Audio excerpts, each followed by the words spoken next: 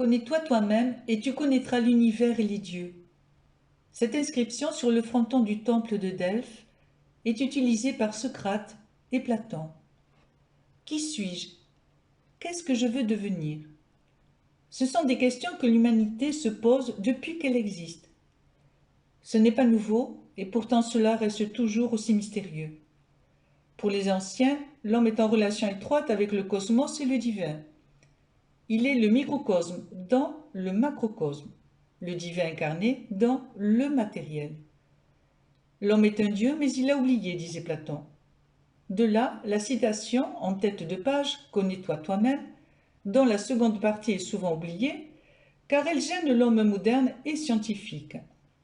La connaissance de soi est une connaissance globale, car en l'homme agissent les lois de la nature entière et du cosmos.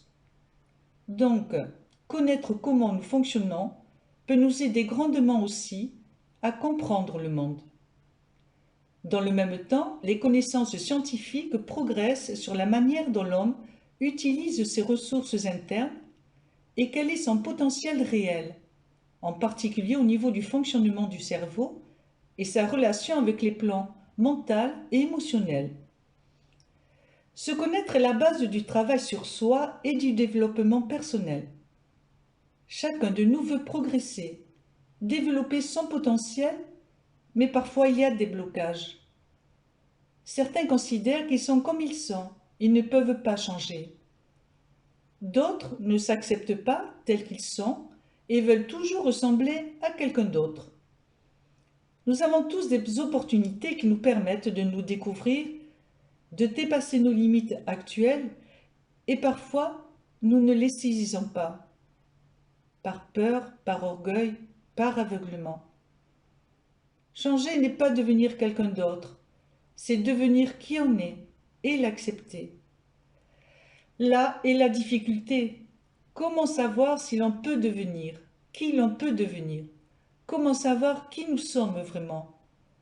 C'est là où la philosophie et la sagesse des anciens peuvent nous être très utiles, surtout si nous les complétons par les découvertes scientifiques qui continuent tout le temps d'élargir notre connaissance de l'homme. Il y a en effet en nous diverses composantes qui n'agissent pas spécialement de manière similaire, et les comprendre peut nous aider à mieux nous mépriser et arriver à une certaine cohérence interne et externe. Cela fait plus de 30 ans maintenant que je m'intéresse à ces domaines.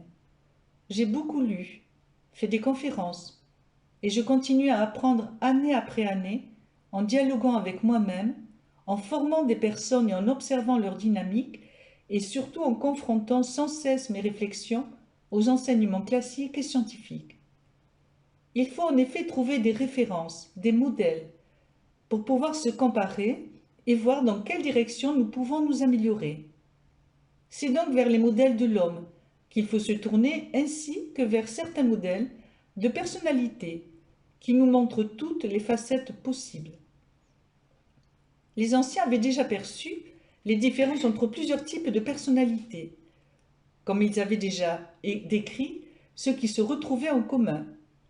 Par exemple, le modèle des 4 tempéraments d'Hippocrate du IVe siècle avant Jésus-Christ, qui décrit 4 types de personnes à partir des 4 éléments et de la théorie des humeurs. Ce modèle médical sera repris chez les Romains avec Galien, médecin grec du IIe siècle et ensuite